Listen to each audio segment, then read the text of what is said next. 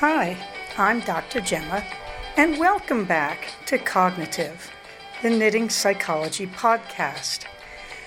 Cheerfully and somewhat irregularly in business since 2008.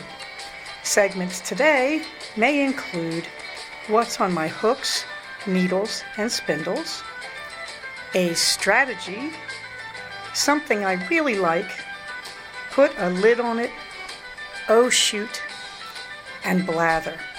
So sit back, put your feet up, pick up your knitting, crocheting, spinning, weaving, or dyeing, or any other yarny thing you're doing, and get ready to enjoy. Well, hello there, it's Dr. Gemma, and welcome to episode 136 of the Cognitive Podcast.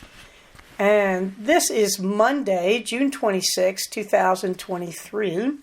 And I must say I'm feeling very glorious this morning. That's a terrible pun. But we'll get down to that update in a minute. Because it is a beautiful day here at 12:22 in the afternoon. The boys are out of the house. I have a chance to record, hopefully without too much interruption. Now that I have said that, you know that I just basically dared the gods to send them home from their ramblings. My husband is at a routine medical thing getting his ears unstuffed, I think. And my son is with him because he was just bored. So here I sit alone in Casa del Cognitive up on the farm, and we're all doing great up here. Your comments are very welcome. You can comment on the blog at cognitivepodcast.blogspot.com, but don't forget to put that K in cognitive. You know where it goes. Just think for a minute. You could also comment on our group on Ravelry. And I will get back to talking about that too, because we got some updates there. Let's see. If you are sending me money for Cognitive Fiber Retreat 2023, do not send it through Ko-fi.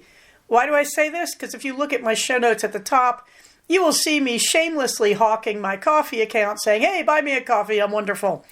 But no, do not send money there unless you're giving it to me personally and not for CFR.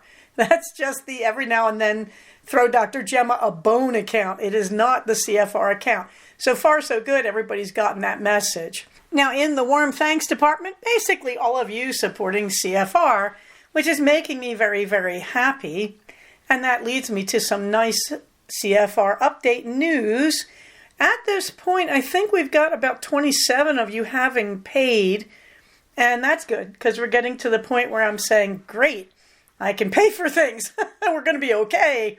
So that is really good. Please remember, all the information you need to pay me is in the show notes, and it's under the section in bold heading that says Cognitive Fiber Retreat 2023. It's a PayPal, and you can follow it from there. The hotel stuff is there. And now, because we have so many people signed up, the really nice news now is that I can start working, I've realized this week, on the goodie bags. I say this because the wonderful Steffi Joe is talking about donating, as is, good stuff, Brenda. So I really realized I have to sit myself down and dedicate myself to the goodie bags. At this point, I don't know what the bag is going to look like, because it depends on how many people actually sign up and pay me, because I got to pay for that stuff in advance and order it in advance.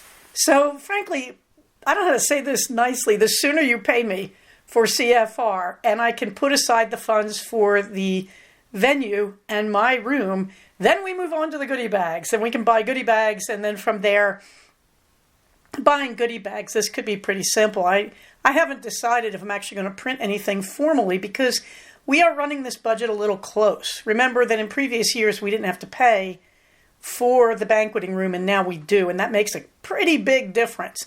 So, again, I'm thinking seriously of making the bags themselves as inexpensive as possible, even if I have to buy a rubber stamp that says CFR 23 and rubber stamp 50 brown bags. I would rather do that. I know it's not a huge, memorable souvenir, but really the bags, I don't think they were ever that hot an issue.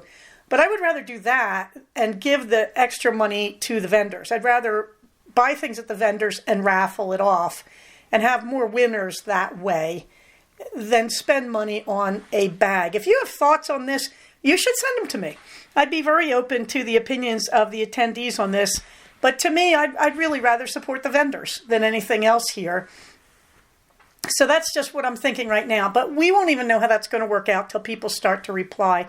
In case you're wondering, what I do is I write to, seriously, 50 or 60 vendors on Etsy.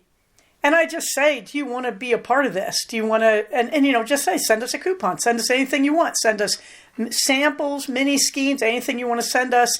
If you want to send us a prize, that's great. And I have to say, we've had some really, really good responses in years past. So that's the news on the goodie bags. But I think we're up to that. I think we're up to me worrying about first stuffing the goodie bags and then finding bags to use. In the meantime, everything you need to know about the hotel is in the show notes. And now we are on the show notes for episode 136. So all of the updates for who paid, who's attending, who's on the wait list, that's going to be in episode 136 by the time you hear this. I will actually post the show notes earlier than I post this episode. So by the time you hear this, you're going to be looking at the show notes for 136 to see updates. But we're doing very nicely there. The big thing, I think, is we got our own Ann in. She's at number 27. And we got Lefty Rebel Knitter is number 1 on our wait list. And we are on the wait list. But as you can see, we've already moved 2 out of 3 people off the wait list. So I have a lot of optimism about the wait list, that we've always been able to get our wait list in. 1 or 2 years, I admit it, we've gone to like 52 people instead of 50. Who cares? If our wait list is that small, why would I not just bring them in, Because it's just more money donated to the cause at that point, and it's another happy person. And the other happy news is I got a note from Lisa Souza of Lisa Souza Yarns. She confirmed her hotel. Hallelujah. Seriously, if I were the type to blend in music at this point, I would have, the Hallelujah chorus in the background. This makes me so happy because I think she's the person, Alpenglow and she are both coming from, I think, the greatest distance. And they're the ones I've been most concerned about having to do the long trip. Although I feel pretty steady about Alpenglow, But anyway, the others, okay, let's be honest. Tina's coming from Idaho for her soaps. But I know Tina's a dyed-in-the-wool junkie. We love her, and we know she's coming. I'm not worried about her, in other words. However, I'll be honest, I'm not at all worried about Oink and Laser Sheep because I know they're troopers, and I've seen them come great distances to do stitches. So I'm so happy. That's all I'm saying. I think I had my biggest concern with being able to get Lisa to truck down here. And it's not a coincidence we're right next to the 5. I wanted to make this as easy as humanly possible for the vendors this year. The colorway by Disney Blonde, I haven't heard anything from y'all. And Laura herself is working on their Knit Disney stuff, which is her big thing that she does at Labor Day. But we do have that beautiful blue, if you would like a CFR colorway. Now, Lisa and the Oink folks and the Laser Sheep, Alpenglow, if you want to do a unique colorway for CFR 2023, I am totally there. And I will support that. In other words, we don't do an exclusive colorway. That goes against the philosophy of CFR. CFR, everybody's equal. It was just really nice that Laura from Disney Blonde said, I can't come, but I will offer a colorway in the name of the retreat. And that's really lovely. And it's really special. And, I'll buy one and I always make a shawl because I want to be able to wear it and show it. But any of our vendors, if you want to do a soap, that is a CFR dedicated soap, if you want to do a yarn colorway, any project, I am totally behind. Alpenglow, if you show up and say, these skein winders are in your color, whatever, I would love that. But there is no exclusivity. You have to be careful that everybody understands that. The mini skein swap is still on again, about 100 yards, 25 grams. And I keep listing all the patterns I have found. And I was looking at some designer's website. It's a woman who does the Agnes sweater that I dearly love. And realized she has a striped toque that would also be good for this. And if I can locate it, I will put it on the list. Let's see. To get a raffle ticket to win a prize from any of our excellent vendors, you have to pay the admission. So you can bring your kids, but unless you pay $35 per kids, I'm not giving them raffle tickets. The raffle tickets are for the people who paid for admission. However, I am still tossing around. I have to get more people paid, to be honest, before I confirm this up. When most of the people have paid, when we get to like 40, 45 people have paid, at that point I'll say something more coherent about donating to Mother Bear. But you do get a free raffle ticket for every completed Mother Bear eligible bear that you bring. So please don't just show up with any old teddy bear or one you made for your niece. It has to be a bear that's going to Mother Bear. I hope nobody made one for their niece and I just unintentionally attacked without knowing. At any rate, the bear has to be within the specifications for Mother Bear, and it must be complete. You can't show up with a bear missing its right leg and say, I will finish this at the retreat. Please don't do that. You're only going to make me, on a day when I'm already working hard and trying to make all the ends meet, freak out or feel like, oh my God, no, another decision I have to make today. Please believe me, when I do CFR, that's what CFR is like for me. It's like running from decision to decision because stuff happens every time. You can't predict the crazy, but it's all wonderful and it's all resolvable, or I wouldn't keep doing it. But I'm going to tell you now up front, please don't ask me to make hard decisions. I'll be doing enough of that anyway, because that's the nature of the beast. We still do not have classes, and right now I don't see that happening. I don't see anybody jumping out saying, I want to teach a class. Again, if you'd like to teach a class, we will feature it, but we do not have the classroom space we used to have. Now, it looks to me like, looking at the pictures as I remember the Marriott when I visited it, we can do classes out on the walkways, out by the pool, but this is November. Now, November in Santa Clarita is usually wonderful. It's usually like 70 degrees and sunny. After last year, I'm not betting any money on anything because we had rain right into this month, which never happens. Our rain usually stops in March at the latest. So I can't predict the weather, okay? So I'm just going to warn you about that. The other thing I can't predict is COVID. So I am not putting down any safety regs, but I am asking you all to think about safety. So I am going to say you should probably bring masks just in case. Just have some masks along with you. You want to make sure all your vaccines are up to date.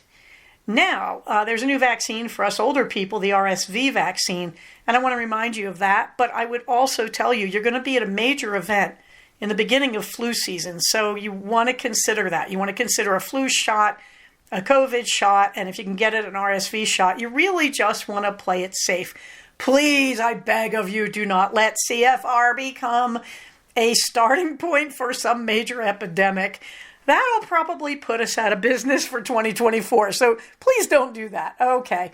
But I don't want to beat that drum. I mean, things are great here in Southern California right now. Nobody's masked. Things are very much back to normal as will be after this kind of nationwide trauma. But you know, things are pretty normal, but I do want you to be aware that you're going to be in a group setting for 1 to 3 days, depending on how long you stay. So I want you to be careful and to be aware of that.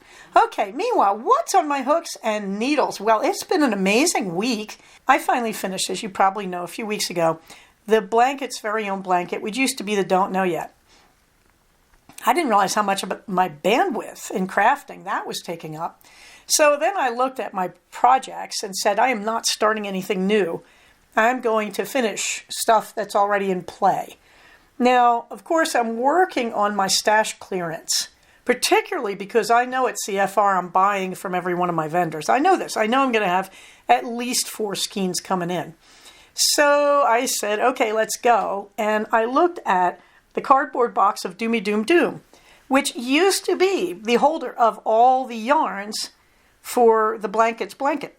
However, now they're not in there. But there's other stuff in there. Somehow about 2 sweaters worth of yarn and various odds and ends got into that, and also into the basket of destruction, the little tiny basket, which is sitting next to it. It has a few oddball skeins. So I went into there and I pulled out a skein that I have been toying with This is a very pretty Madeline Tosh Stellina blend. And what I hate about it is it's single ply because the colorway is glorious. This was bought before Jimmy Beans took over Mad Tosh, and before Mad Tosh made some very bad decisions about yarn colorways. I'm not going to go any further on that because that's old history and it's a new company now. But anyway, I was in a yarn store in Pasadena, and I can't remember the name of it, it's still there. And I saw this insanely beautiful colorway and bought it. And of course, it was fingering weight. So I thought, well, what great socks? No, because it's a single. I don't make socks out of singles. I will make shawls out of them, or in this case, I made wristers. So if you want to know the details on that colorway, sure, but I don't think it's even made anymore. But it's very pretty. It made some very nice wristers. I went into my old projects and said, I don't want to make dragon paws out of this because I wanted something a little simpler for the great indoors. And just went back to a classic pattern. This is the Lion Brand Yarns All-Season Wristers. You should know this pattern if you crochet. Why? Because the All-Season Wristers works on a logic of crochet a row, connect with a slip stitch, chain one, and go on to the next row. Now, anybody with any sense who crochets, before they start doing that, if you crochet a wrister, you're just going to do a spiral. Let's be honest about this. You're just going to, do your chain, connect it with a slip stitch. But from then on, you're just going to spiral up until you get up to the separation for the thumb. And then you're going to spiral up on the fingers and go do the thumb as a spiral.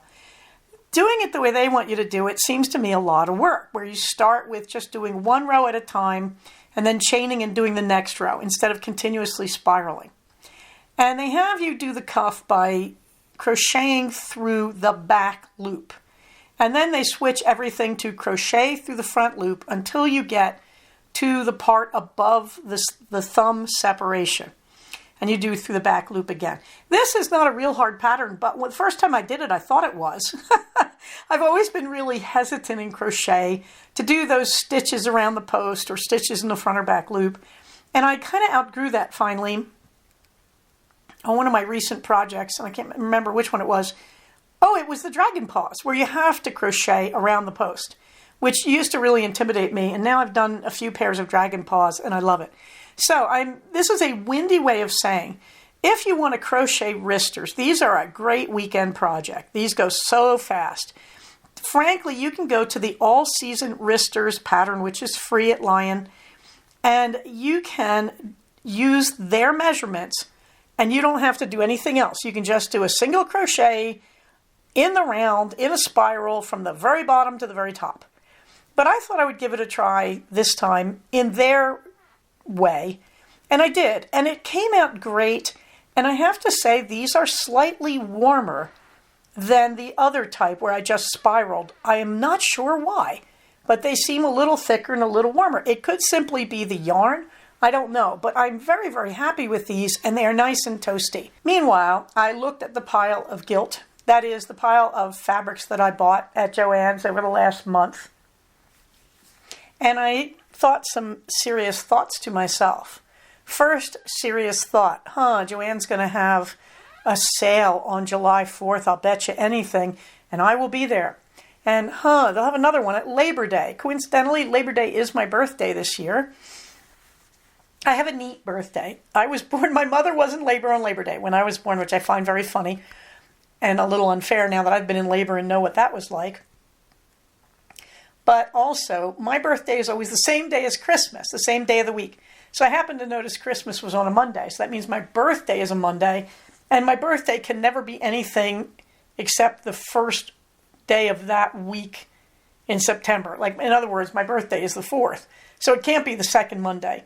That's never going to work. So whenever Christmas is on a Monday, my birthday is Labor Day. Thank you. I know you cared.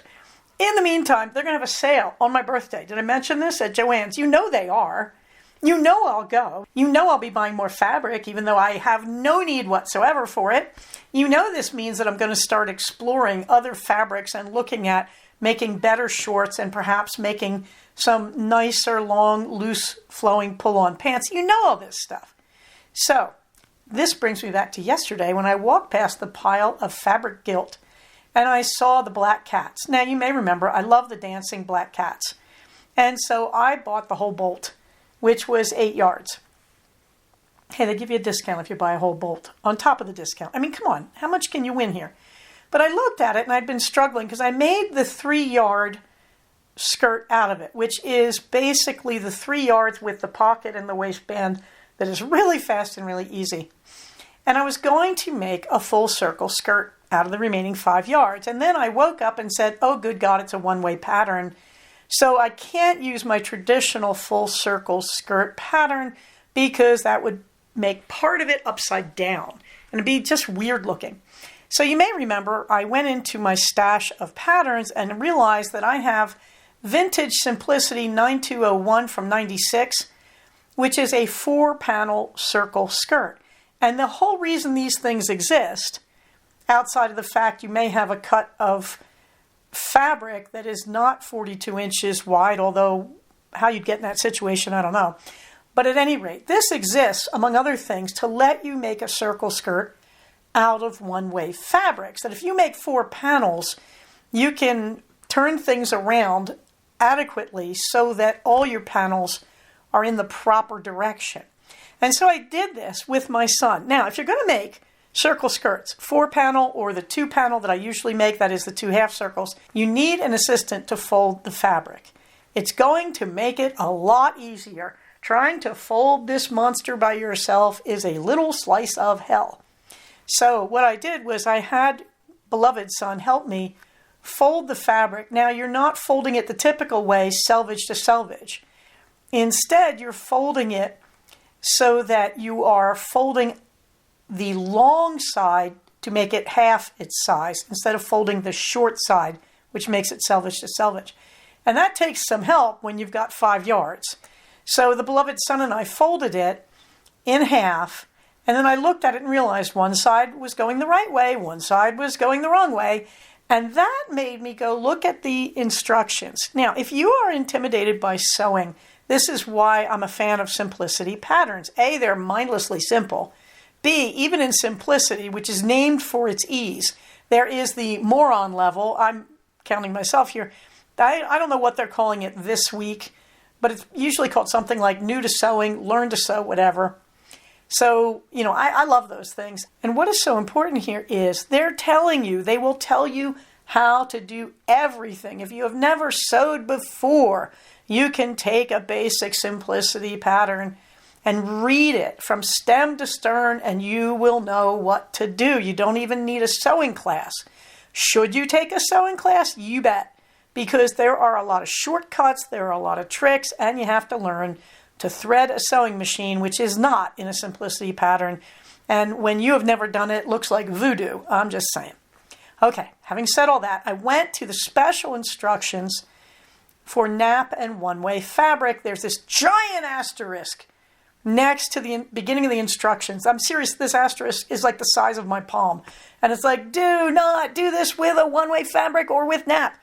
Go to the special instructions. So you look for the big asterisk in another part of the instructions, usually at the very beginning, and it says, here's what you do. And what I did was really just so mindlessly funny and simple. Here I have this folded in half, and it says, cut the 2 halves apart at the fold, and then take one and reverse it 180 degrees. And that's what I did with my son's help. So I can't tell you how relieved I am that this came out okay. And this is a little unusual because this one takes 1-inch elastic at the waist. Usually the ones I do take 1/2 inch and 2 channels. This was a single channel and 1 inch. So that went together very fast. I thought about doing it with the 2 pieces of 1/2 inch instead of 1. And I have a ton of elastic. I always panic and buy elastic. And this is where I'm going to tell you, don't do that. Go to Amazon and buy a big, big cylinder of braided elastic. It costs way less than buying it at Joann's, where they sell it in, I think, like 4-yard bits. Don't do that. Buy the big cylinder. I have a huge cone of braided elastic in 1/4 inch and 1/2 inch. As I sit here, I can see them both. The 1/4 inch was for masks, The 1/2 inch was for my skirts. It really is great. So anyway, I did have 1 inch on hand, and I used it, and I loved it. And I cut a lot of elastics for future skirts because I wasn't sure which one I was going to use, so now I have all these spare elastic bits. But this skirt was great because I learned a lot.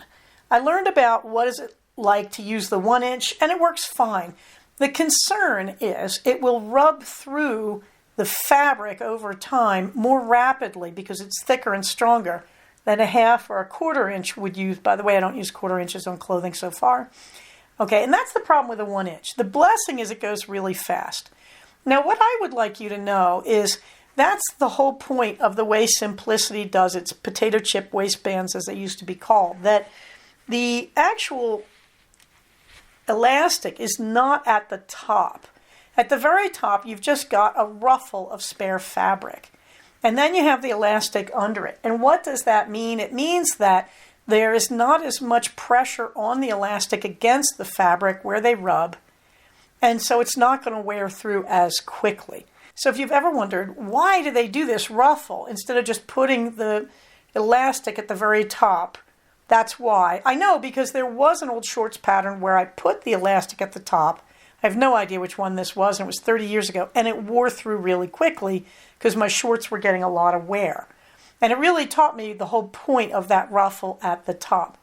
The other thing that you should know is these skirts, whether it's any of the skirts really that I've been using, these skirts, you can take that ruffle in the top if your elastic ever wears through or you don't like your elastic or blah, blah, blah. The beauty of these skirts is their ability to adjust. So I made these skirts when I was young and my waistband was really expanded, and yet I wasn't. I can't explain that. I weighed 30 pounds less than I weigh now, but I had a bigger waist. Something to do with insulin and all that, but that's another story. Okay, I went in and I said, these skirts would be great, but the waists are too big. And then I said, what's wrong with me? I pulled out a seam ripper. I pulled out just 2 or 3 stitches on the inside. I yanked the elastic inward and tightened it, and then just sewed it and corrected it. And so I want you to realize that any of these skirts that I'm pushing here, you can always correct the waistband. You can go in and you can just pull out the elastic and add a longer strip and sew it. You can correct a too long strip by just pulling it tight and then sewing through it. This is so adjustable. And that's really great. I think that's part of the secret that I've had these skirts for 30 years in classic solids in faux suede or doe suede, whatever you want to call it. That if you want a classic skirt that lasts forever, this is the one. The only thing that's going to limit you is the size of the waistband in fabric. Because if you are a 42-inch waist and your waistband is 40, that's going to start getting uncomfortable. But I love Simplicity for this. Simplicity puts these giant waistbands on these petite skirts. And so I've spent the last 30 years messing with the waistbands. So that was really great. I learned to work with one-way fabric here. I learned to really think carefully about how to get the skirt I wanted with a one-way. I didn't like the middle seam in the front and the back. They vanish. They vanish. It's a full circle skirt with all the folds and drape. You don't even see the seams. So I just love this. It taught me to really review the pattern more carefully and to pay attention to it. I got to experiment with the 1 inch instead of the 1/2 inch. It was quicker because it only has 2 channels at the waist and only one of them takes elastic. There is nothing not to love in this vintage pattern, Simplicity 9201. I have no idea what the current 9201 is. By the way, I believe if you go into Simplicity's catalog now, you can find full circle skirts. I suspect they're all over in the costume section. Now, the other thing I did was ran out of thread on my bobbins. And this brings up the topic of winding bobbins. I have always been a little afraid of my machine. And I was shocked. That's what I've learned this time around, that I am so much more confident with my machine. And so I have had no broken needles, no clogs, no disasters, that I just have gotten a lot of practice and I'm just really smooth and comfortable with the machine. So then I realized I'm out of bobbin thread. So, I said, okay, I have the manual. I managed to download it because my machine's from the 90s and they don't make them anymore. And I was getting ready to look for the manual when I said, what would happen if I said I know how to do this? And so I looked very carefully at my machine and I remembered how to do this. And that's all I'm going to say about that, because I looked at all the bits and bobs on the top of the machine and realized what each thing on the top of the machine does and realized I should stop fearing it. And I had 6 empty bobbins. And I highly recommend this to you, that every so often you want to get a collection of bobbins and wind them with the classic colors. So I wound all of mine in dark blue. And usually I'm not using white thread right now. I don't have fabrics that are quite that demanding. But usually I'll have a few wound with white, a few wound with dark green, a few with black, a few with blue. Now I have to special order the bobbins. And I knew I did, and I can't find what I did with them, so I have to order a whole bunch more.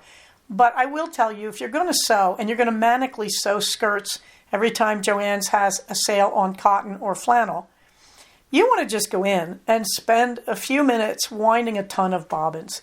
And sometimes I'll be the first to tell you my colors don't match. Sometimes I'll have dark blue on the top, and I had green on a bobbin, and I just said, nah, who's really going to see this? Unless you're crawling on the floor looking at the hem of my skirt. That is not an invitation to those of you who are a little OCD. I don't want to see this at CFR.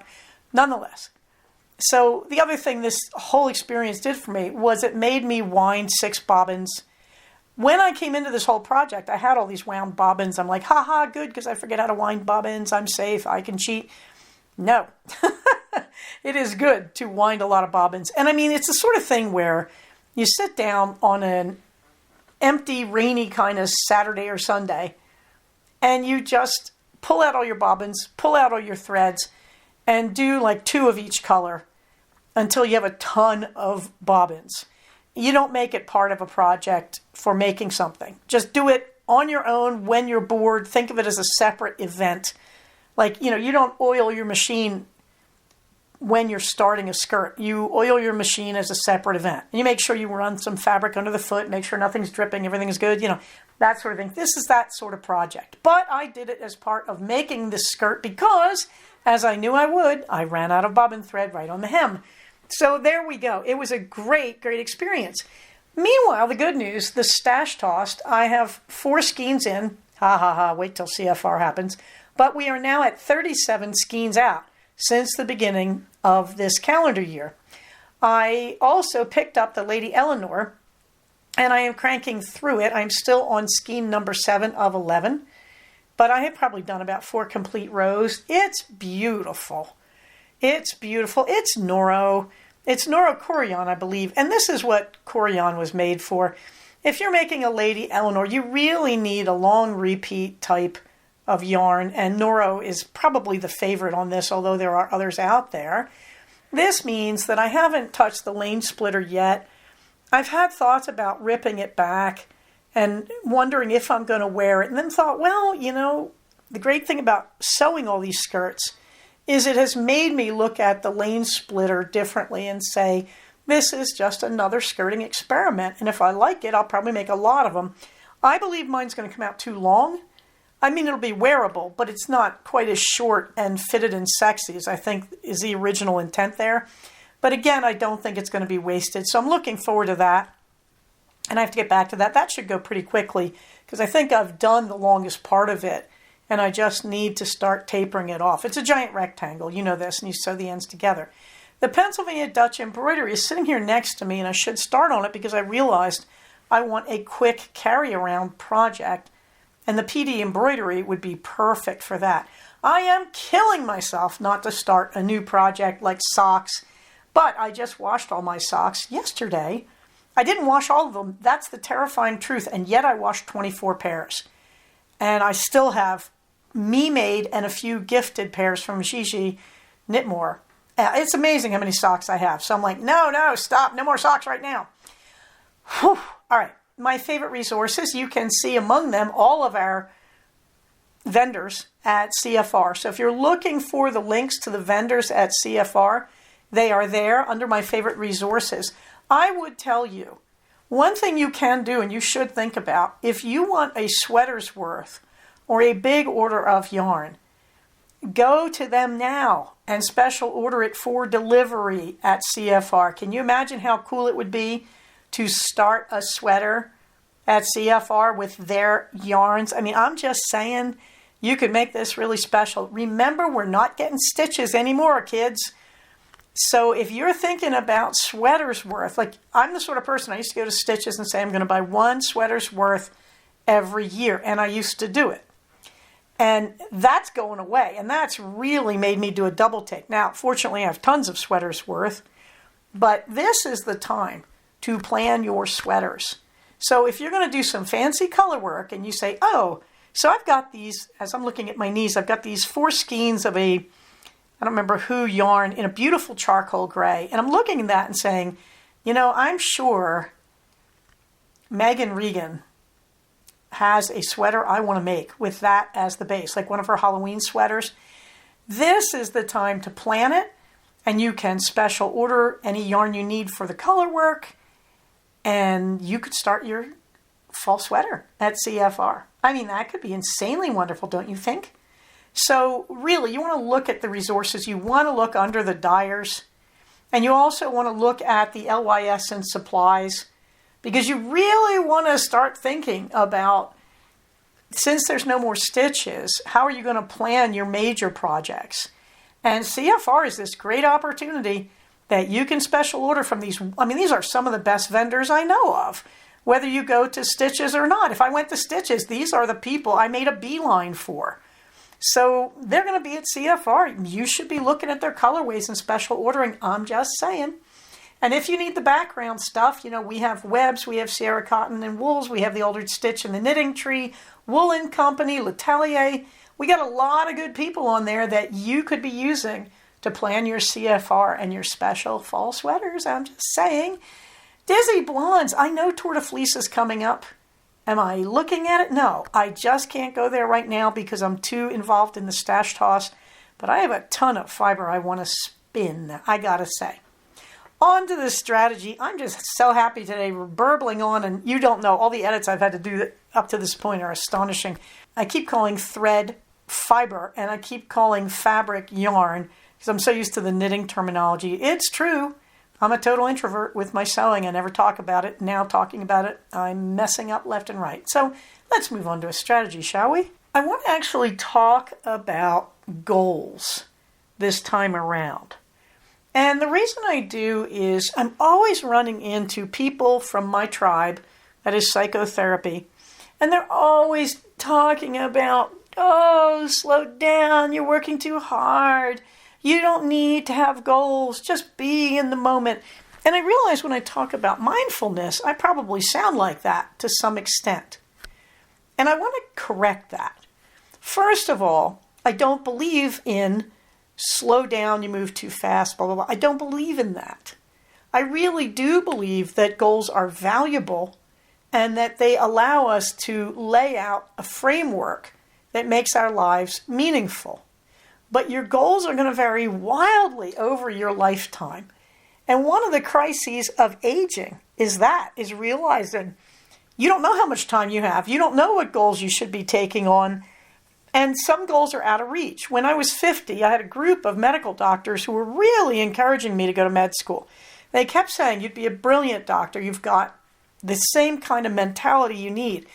And I thought about it. I even took a class. I thought about getting a physician's assistant degree, which would go faster and let me prescribe for my patients with the oversight of a psychiatrist, which would be easy enough to do. And I thought about doing that. And I took a chem course many years ago, and it was a lot of fun up at the local community college. I just had a blast.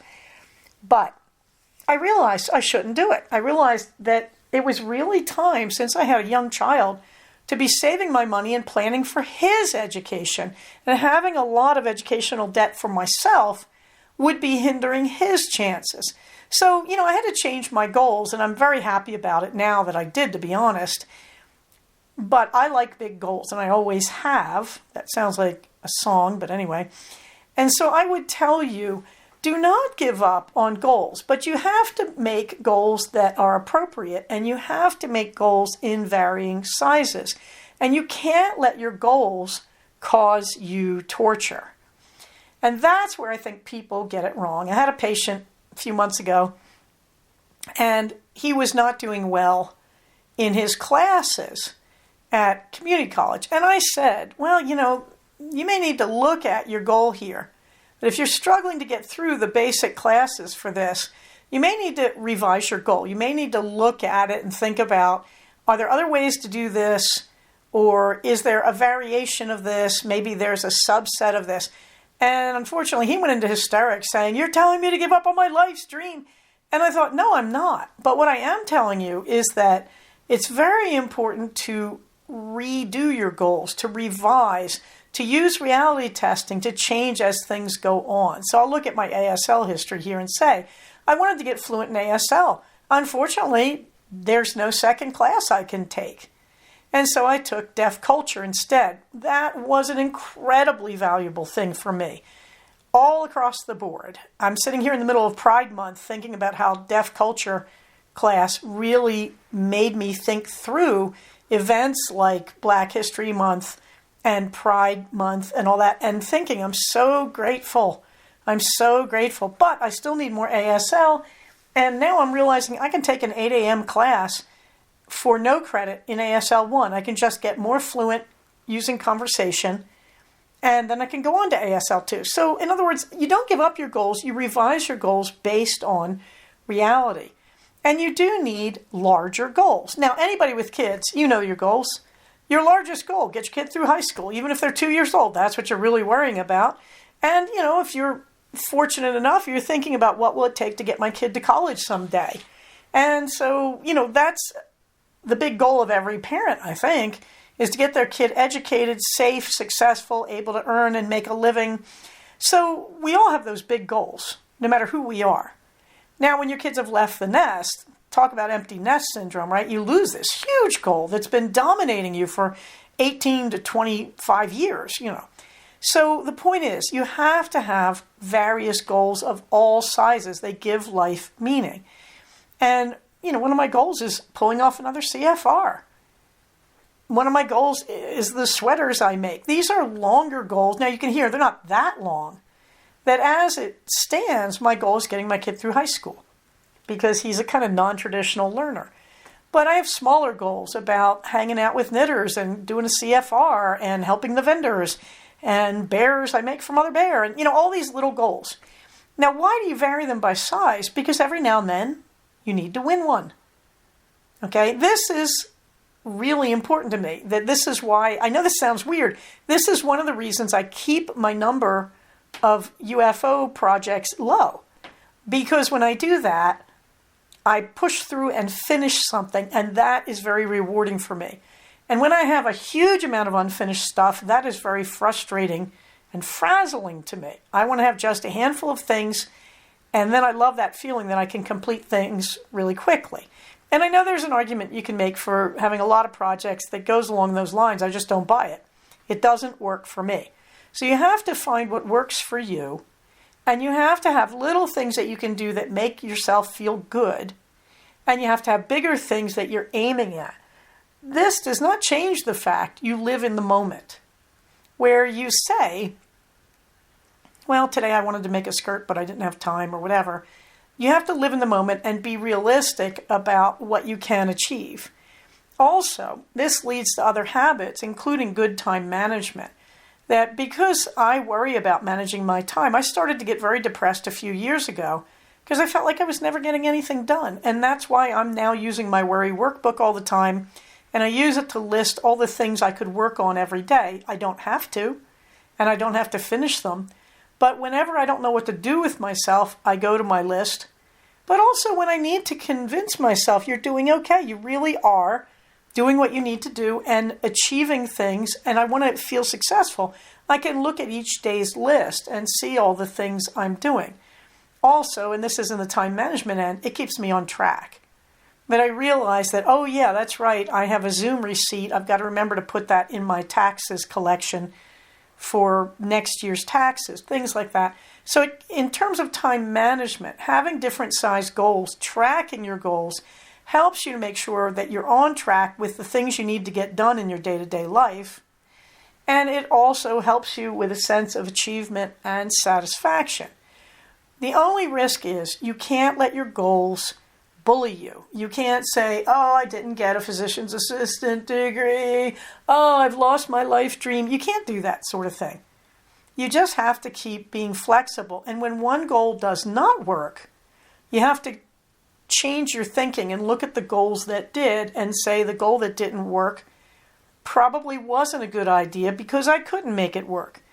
My easiest example, all my high school friends still ask if I'm a veterinarian because I wanted to be a veterinarian so bad when I was in high school. My whole college education was planned to be a vet. And then I got there and said, oh no, I was a vet tech and said, no, I don't want to do this. I'd be bored all the time.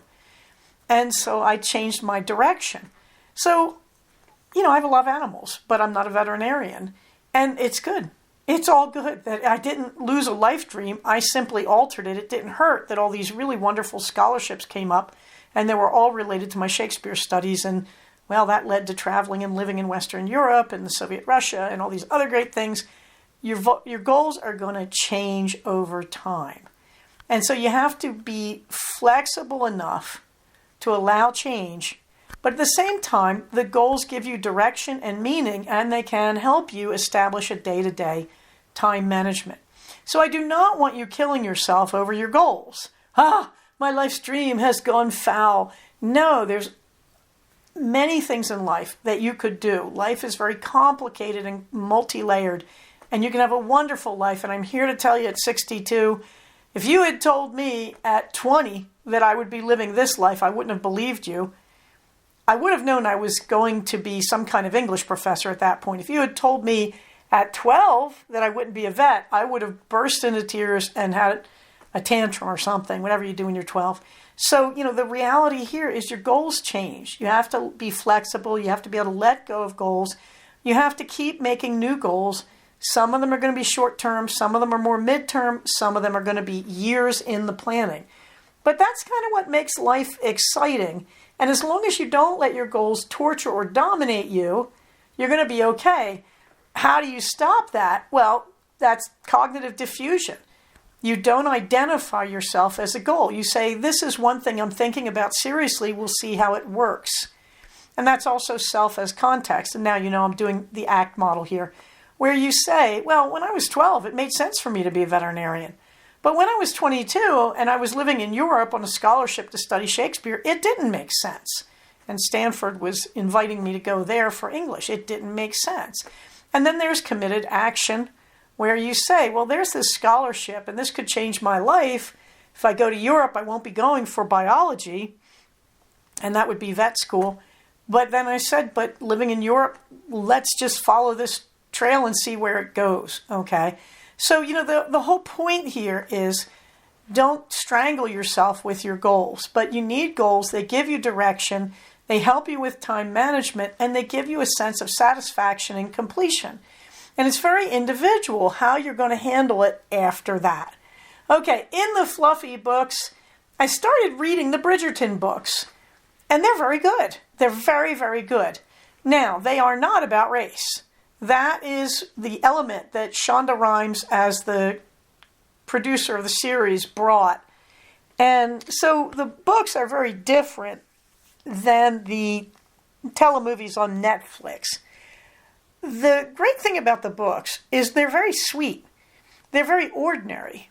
They have dialogue that, to me, sounds like late 20th century in the mouth of Regency speakers. But I have to say the author does it very, very sweetly, and the characters are so likable. And the Bridgerton family as a group is really likable. Early in the series, Lady Bridgerton, the Dowager Viscountess, says, we all like each other. And it's a very important statement in the books and in the Netflix series, because they all support each other. And it's a really rare thing to see a healthy, supportive family in any kind of media. Even in Shakespeare's plays, you don't see it. And you don't see a lot of strong mother figures. And so the Bridgerton books are sensational that way. I'm on to the second one, The Viscount Who Loved Me, I think it's called. And it's great. I'm reading them and I see all the actors in their roles. But it's okay. That while they're not taking on race, I was surprised what the first book, The Duke and I, takes on. And I was surprised because there is a question of, I don't want to go into this too much, of a certain kind of rape that pops up in the series. And a lot of the viewers were really shocked. I was even more surprised that it's in the books. And I like it in the books because it's really contextualized better than the series did it. And the series had to do it in shorthand. I don't really blame the series. They did a good job with it. But it is a major part of the storyline, and it is very historically important because what you realize is the way this was set up. And there's a great moment in the book where Daphne is thinking about it afterwards and thinking about what just happened and why did this happen and how did this happen and was I wrong? And it's very, very, it's one of the best advertisements for sex ed for children I've ever seen. Appropriately done, of course. So I have to say, I really like the Bridgerton books. I really like the sweetness. I really like the dialogue. Yes, I do miss the race element. However, again, I struggle with the race element in the television Bridgerton, and I don't want to go into it again, and I'm going to do that elsewhere. But I'm here to say, yeah, I am looking forward, I have to be honest, to Netflix season 3 of Bridgerton. And the Bridgerton books, I really like them. And I really like, she does a thing called the second epilogues, where years later she went back and told you more about the characters. I really like the second epilogue to the first Bridgerton book, The Duke and I. So there you are. So that sort of leads us naturally into something I really like, which is The Duke and I, which is Bridgerton number 1. And I also like my Crazy Happy spearmint patch. I went out and I weeded. And I only can do this for 15 minutes because I'm so allergic to pollen. And I was thoroughly sick that night. But I went and I looked at the front strip under the kitchen window. And this thing is long. There's a good 15 or 20 feet of it. And I probably weeded about 8 feet of it because it was so egregiously weeded. Like, it was so covered with weeds. And it looks so great. And I'm really thrilled because I looked at my spearmint patch, which is easily about 18 inches wide by 10 feet long. And I'm trying to encourage it to grow over where we have the stump of our late lamented Nathaniel the Hawthorn bush. And I really want it to take over. And meanwhile, I need to work my way up this patch because there's a big jasmine bush that blocks the spearmint from advancing in one direction.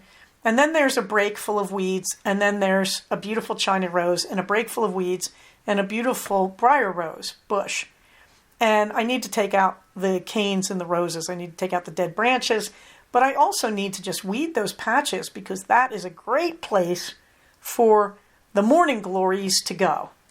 And so I'm very, very happy about all of this, that my plantings are doing much, much better. And I have big plans. And I'll come back to that when I talk about Gloria. Lisa Souza messaged in Ravelry and said she has her hotel room. So yes, we know Lisa Souza Knits is coming. Oh, God, I'm so happy. Put a lid on it. The tea tastings. Well, we had a loser this week. I got a packet of samples of Earl Grey type teas from Plum Deluxe. And these are basically Plum Deluxe's blends that have bergamot oil in them, as far as I can figure. That seems to be what makes them call it an Earl Grey type. And there's one that's an oolong, and I love me some oolong. And it's called Endearment Blend. And I have to tell you, nope. This should have worked, but it doesn't. Instead, this smells awful. It smells like chemically maple to me. Now, I grant you, I may be a little congested with my allergies, but I thought I could smell it. I did not like it. I think it's the fragrance of the oolong does not work with the fragrance of the maple, which is a flavoring anyway. The smell was a turnoff. And I can't remember the last time I've said that about a tea. The taste. With an oolong, you don't usually have to do a lot of sugar or sweetener, and you don't have to do cream. It took both to make this thing drinkable. I'm so grateful I only had this packet. And it's sad because if you look at the ingredients, it looks so right. Oolong tea, and some black tea and some orange, I can't actually read it. Oh yeah, orange peel and apple and, oh my gosh, bergamot oil and clove and cinnamon and blue corn flour. This should be so good. Vanilla. This should be so good, but it doesn't work. It just doesn't work. And I think it's that, first of all, I think the oolong, you can smell it if you work hard, but I think it's a little drowned out. I think the oolong may be a little too fragile for the rest of this mix. So the Endearment Blend Oolong, no, I can't recommend it at all. The smell turned me off, and I had to work too hard to get the taste. So I think Plum Deluxe, look, they have billions of blends, and they're a great company. And so they're going to occasionally have a miss. And for me, this one was a bit of a miss. I will say the excellent thing, oh look, a shipment arrived. I will say that the excellent thing about this was that Plum Deluxe offers these packs of samples for $6 or $7 every few months. These packs are worth it. If you are shopping for a house tea, for something you want to really get addicted to and use a lot, you want to get these blends. I'm still grateful for being able to taste the Lady Grey last week because I'm now a total Lady Grey junkie. And I love the eggnog oolong that Plum Deluxe did around Christmas. Although I did learn you have to drink that fast. The eggnog flavor went a little stale after it was opened. But that was one of the best oolongs I have ever had. It was insanely good. So, what I will say, no, Endearment Blend Oolong, no, thumbs down. However, Plum Deluxe with these sampler kits, 2 big thumbs up. On the blather, there's nothing much in the pup date or the hubs date. Everybody's doing good. I have to go into Gloria the Morning Glory. She's blossoming like crazy. I put a picture in there from yesterday, but frankly, she's got like 4 more blossoms. And the cuttings, I took 2 cuttings and put them in a cup of water. And I've been giving them fresh water, and I've also been giving them occasional bits of food. Like I used orange peels. Put them in the pressure cooker, cover them with water, and pressure cook them, 10 minutes. Doesn't even need that much. And that orange water is great. It's a great facial wash for you. It's good for your skin. But it's also good for your plants, as are the minced up bits of orange peel. So anyway, I put that in the potted Gloria, and I put it into her shoots. And both of the cuttings began to bloom, which they don't have blossoms fully out yet, but they both have buds. But I kept thinking, why are these things not rooting? Because they weren't. Well, today I found that one of them was. So I removed it from the water, and I planted it in the big pot with the big plant. So now it's a separate plant in there because I'm hoping when it roots well enough, I will transplant it out to the outdoors. And that is the whole goal, is to use the indoor plant to make cuttings to root outdoors eventually. So we got one of them succeeding, and we're letting it grow in the dirt until it warms up outside and until that cutting gets a little more strength. So this is very exciting. The other cutting, no roots, but it does have buds on it. We'll see if it makes it. On the calendar, the Cognitive Fiber Retreat, you know this, Saturday, November 11th, and we're all looking forward to it. And the Evolution of Psychotherapy in Anaheim, December 12th through 17th. At this point, I do have a room in Anaheim, December 12th through 17th. I do not know if I will attend every session while I'm there. I may actually work and see patients, because I can online. I'm still in California. It's all legal. So we will see. But those are my 2 things on the calendar. Minerva gets the last word. Minerva does this thing, and there's a picture of her doing it, where she makes herself into a big, fluffy heart, where she crouches with her 4 feet so close together, and her shoulders flare out, and with her ears in the shape of her head, it makes a heart. And I realized this was Minerva reminding me that we should all choose love. And I think it's really important as we sit here in the middle of Pride Month to remember that. I choose love. You have to go with choosing love, and that's going to mean choosing all sorts of tolerance and patience. And so I am humbled by the fact that my little Minerva is sitting there modeling it. And on that happy note, I'm going to say, everybody, you know the drill. You know how to keep yourself safe. Everybody, I'm looking forward to November like I can't tell you. I'm looking forward to the sales on July 4th, which seem to be this weekend. I have a 3-day weekend coming up. I'm looking forward to my birthday and more fabric sales. And any of you fiber people who want to do a sale, I'm good for that too. And in the meantime, everybody, stay safe, take care of each other, and I will talk to you soon. Bye-bye. So we have come to the end of another episode of Cognitive. Please do not use this podcast to diagnose yourself. If you think you are having a mental health problem, please contact a licensed mental health professional. Show notes for these episodes can be found at cognitivepodcast, all one word, .blogspot.com. Episodes can be found at iTunes under the name Cognitive Podcast, but also can be found posted next to the show notes on the Blogspot page. Thank you so much for listening. Everybody, stay safe, take care of each other, and I'll talk to you soon. Bye-bye.